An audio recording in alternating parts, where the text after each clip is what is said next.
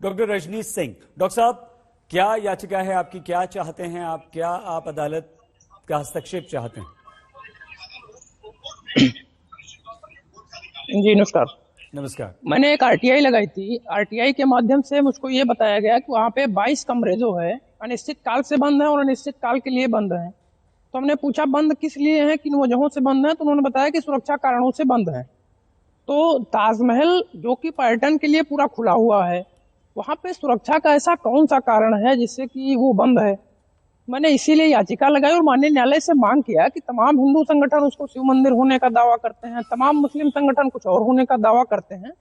तो देश को हिंदू मुसलमान से ऊपर उठ करके माननीय न्यायालय को स्वयं हस्तक्षेप करना चाहिए इस मामले में लेके, कि इस पे न्याय कर दे, उसको खोल दे, उसमें जो भी चीजें हैं उसकी वीडियोग्राफी हो जाए, एक बार सच का सच, झूठ का झूठ, जो भी आप सामने आ जाए, ताकि इस तरीके के विवाद का जो जन्म हो रहा है धीरे धीरे वो ना हो। बहुत बहुत बहुत ठीक है रजनीश जी, बहुत कम शब्दों में आपने अपनी बात बता दी। हम राजकुमार भाटी जी आपका रुख करना चाहते हैं। अरे साहब, क्योंकि आप एक वरिष्ठ राजनीतिज्ञ हैं, आपकी सरकार रही है उत्तर प्रदेश में, और जैन साहब ने सीधे सीधे मुलायम सिंह यादव पर यह आरोप भी लगा दिया। आपको नहीं लगता कि कोई भी अगर विवाद है तो उसका समाधान हो, ताकि हम एक धर्मनिरपेक्ष राज्य हैं, राष्ट्र हैं, तो हम हिंदू मुस्लिम सिख ईसाई जो भी धर्मों के मानने वाले वो आराम से रह सकें?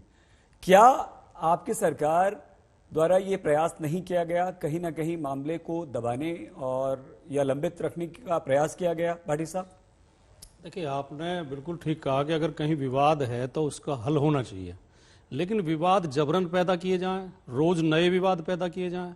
अभी आपने अभी बताया कि ज्ञानवापी का मसला चल ही रहा है, अब ताजमहल की भी बात उठा दी गई है जी। 900 मस्जिदें इनकी सूची में हैं। भारतीय जनता पार्टी आरएसएस की सूची में हिंदुस्तान की 900 मस्जिदें हैं जिन्हें ये मंदिर बताते हैं, और उन सबको ये बदलना चाहते हैं। ये देखिए, भारतीय जनता पार्टी ने लोकतंत्र को धमकी तंत्र बना दिया है, भय तंत्र बना दिया है। उसे जो ये लोगों को डराने का काम करते हैं, अपना राजनीतिक लाभ उठाते हैं। सभ्य लोकतंत्र वो कहा जाता है, सभ्य समाज वो कहा जाता है जो अपने कमजोर वर्गों का, अपनी महिलाओं का और अपने अल्पसंख्यक वर्गों का ध्यान रखे, उनके सम्मान में, उनके अधिकारों में कोई ठेस ना लगने दे, उनको प्यार दे, स्नेह दे। ये उल्टा काम कर रहे हैं। ये केवल भारतीय जनता पार्टी के लोग मुसलमान के विरोध में राजनीति करके, मुसलमान को डरा के, कुछ कम दिमाग हिंदुओं को संतुष्ट करना चाहते हैं कि देखो हम कितना बढ़िया काम कर रहे हैं, और कुछ लोग हो भी जाते हैं संतुष्ट। लेकिन धीरे धीरे लोग ये समझ रहे हैं कि अरे मुसलमान का भय दिखाकर ये तो हमारा, इन्होंने गैस का सिलेंडर कहां पहुंचा दिया, बेरोजगारी कितनी बढ़ गई, महंगाई कितनी बढ़ गई, और शिक्षा नष्ट हो गई देश की।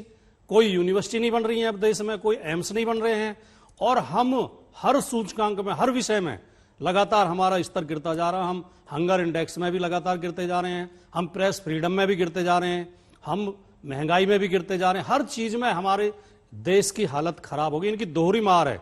सऊद जी, मैं बहुत जिम्मेदारी से कहना चाहता हूं, एक तरफ तो ये देश के संसाधनों को नष्ट कर रहे हैं, देश की संवैधानिक संस्थाओं को नष्ट कर रहे हैं, दूसरी तरफ लोगों के दिमाग में इतनी नफरत भर रहे हैं। भाटी साहब, क्षमा आपको बीच में रोक रहा हूं, लेकिन विश्वास तो बीजेपी पर ही देश की जनता का दिखाई दे रहा है और प्रबल होता जा रहा है।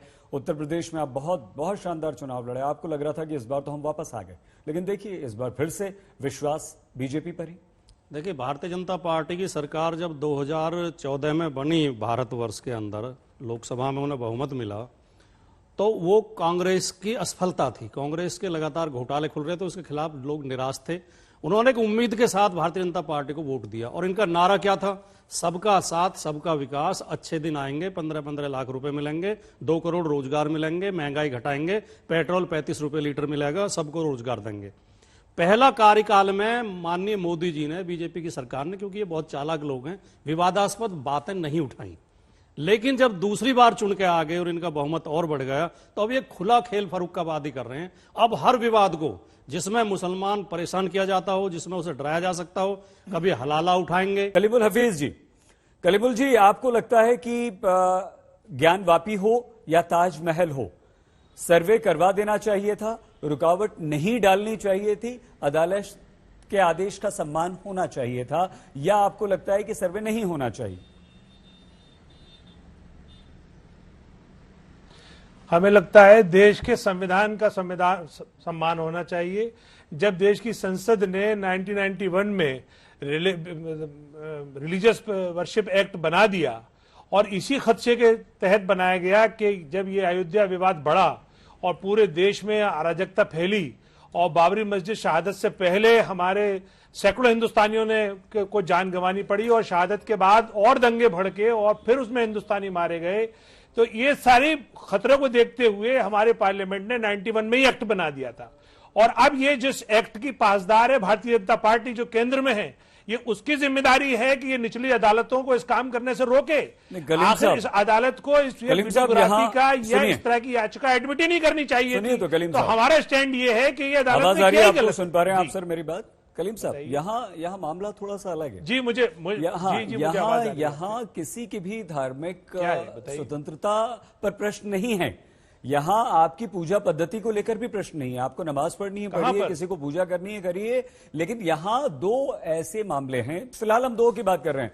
राजकुमार जी ने तो एक ऐसा नंबर दे दिया कि पूछिए मत। लिस्ट या तो राजकुमार जी से हमें मांगनी होगी या हमें राकेश भाई से मांगनी होगी। खैर, हम आपसे सिर्फ ये जानना चाह रहे थे कि अगर मैं ताजमहल में भी आता हूं, अभी मैं काशी विश्वनाथ की बात। हाँ, नहीं, यहाँ आप थोड़ा सा भटक रहे हैं सर। हम आप मुद्दे पर मैं बात कर रहा हूं अभी ज्ञानव्यापी मस्जिद की। हम वही कह रहे हैं, अगर अदालत ने कहा है कि वहां पे सर्वे हो जाए कि अगर उस परिसर में, उस कैंपस में अगर मूर्तियां हैं तो पता चल जाए, नहीं है तो आपके लिए और बेहतर होगा, मुस्लिम पक्ष के लिए तो और अच्छा होगा ना अगर ये क्लियर हो जाएगा, दूध का दूध पानी का पानी, कि साहब कोई मूर्ति नहीं है, आप वहां नमाज आपकी मस्जिदें रखिए अपने पास। इसमें हमारे देखिए, इसमें हमारे दो पॉइंट हैं। पहला पॉइंट तो ये है, जब संसद ने कानून बना दिया तो ये सरकार की जिम्मेदारी है कि वो संसद के कानून को लागू करे, और अगर निचली अदालत उसका उल्लंघन कर रही है तो सरकार यानी जो भारतीय जनता पार्टी है उसको रोके। चूंकि भारतीय सरकार ने ये कानून नहीं बनाया ना कि किसी पूजा स्थल पर यदि कोई विवाद हो। कलीम साहब, सरकार ने ये कानून तो नहीं बनाया ना कि किसी भी धर्म के पूजा स्थल पर यही तो कानून है। वो यदि कोई विवाद हो, नहीं, वो धार्मिक स्वतंत्रता है। कानून यही कानून है क्या? बताइए, समझाइए। दो वकील हैं यहाँ पर हमारे साथ, अभी हम समझ लेते हैं, हम तो जानते नहीं। कानून समझा दीजिए पहले सर। नहीं, और दूसरी बात पे आइए आप मैं आता हूं सर्वे पे। आपने एक ताजमहल का इशू उठाया, आपकी आवाज नहीं आ रही सईद साहब। नहीं, ठीक है, आप बात पूरी कीजिए। सईद भाई, आपकी आवाज आनी बंद हो गई। हम सुन पा रहे हैं। जी, देखिए, आपने ताजमहल का इशू उठाया। इन महाशय जी को ये कह दीजिए कि एएसआई के अंडर में ही है ताजमहल मुसलमानों के पास नहीं है। उसकी पूरी सुरक्षा, उसका कस्टोडियन, उसकी मेंटेनेंस एएसआई करती है। तो जब भारत सरकार की एएसआई है तो भारत सरकार ही बता देगी उसके अंदर क्या है, तो उसमें कोर्ट में जाने की और याचिका डालने की क्या जरूरत है? ये सिर्फ देश को दिग्भ्रमित करना, सिर्फ चैनल पे या सुर्खी बनाना, या इस तरह का एक अट्रैक्शन लेना, या हिंदू मुसलमानों को लेके नफरत फैलाने की ये एक बहुत ही जाहिलाना कदम है, कहूंगा मैं इसको, क्योंकि ये तो भारत सरकार के पास है ताजमहल। तीसरी बात, आवाज नहीं जा रही क्या? जी, आपकी मेरी आवाज आ रही है आपको? नहीं, हम डॉक्टर रजनीश, आप प्लीज मत बोलिए, आपकी बारी आएगी तब बोलिएगा सर। कलीम साहब, बात पूरी कीजिए प्लीज।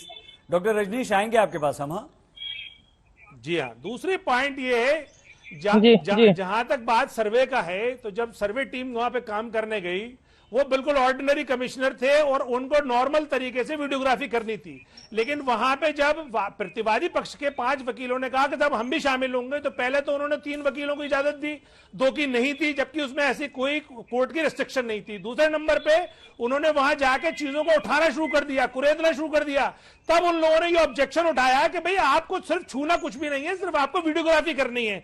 तीसरे नंबर पे उन्होंने कहा कि आप हमारा कहना क्यों नहीं मान रहे, हमें आप पे भरोसा नहीं है। जिस तरह की उन्होंने वो वीडियोग्राफी करनी शुरू करी, उसको लेके वो अदालत गए, और अदालत में जब उन्होंने सुनवाई की तो अदालत ने कहा ठीक है, अगर आपको इस कमिश्नर पे भरोसा नहीं है तो हम दूसरे कमिश्नर को बदल सकते हैं, इसकी सुनवाई हम 9 तारीख को करेंगे। तो जब ये कोर्ट का ऑर्डर लेके वो वहां पहुंचे, तब तक कमिश्नर ने कहा कि हमारी वीडियोग्राफी पूरी हो गई।